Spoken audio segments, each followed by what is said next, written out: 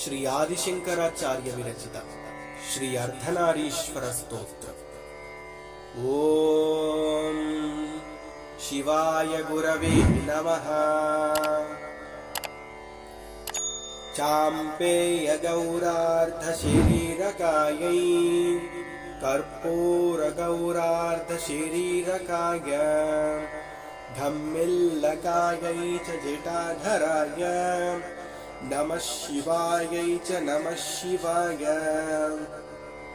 कस्तूरिका कुङ्कुमचर्चितायै चितारजः पुञ्ज विचर्चिताय कृतस्मरायै विकृतस्मराय नमः शिवायै च नमः शिवाय।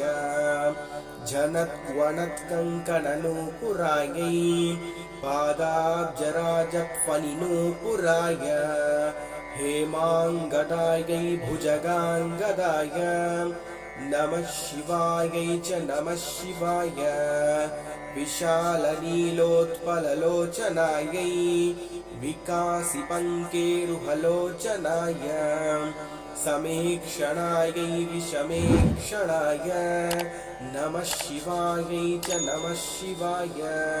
मन्दारमालाकलितालकालै कपालमालाङ्कितकन्दराय दिव्याम्बरायै च दिगम्बराय नमः शिवायै च नमः शिवाय।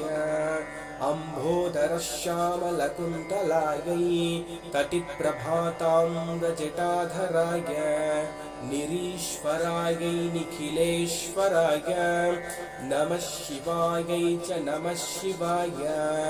प्रपञ्चसृष्ट्युन्मुखलास्यकायै समस्तसंहारकताण्डवाय जगज्जनन्यै जगदेकपित्रे नमः शिवायै च नमः शिवाय। प्रदीप्तरत्नोज्ज्वलकुण्डलायै स्फुरन्महापन्नगभूषणाय शिवान्वितायै च शिवान्विताय नमः शिवायै च नमः शिवाय। एतेत्पठेदष्टकमिष्टदम्यो भक्त्या सामान्यो भुवि दीर्घजीवी प्राप्नोति सौभाग्यमनन्तकालम् भूयात् सदा तस्य समस्तसिद्धिः। इति श्रीमच्छङ्कराचार्यकृत श्री अर्धनारीश्वर स्तोत्रम् सम्पूर्णम्।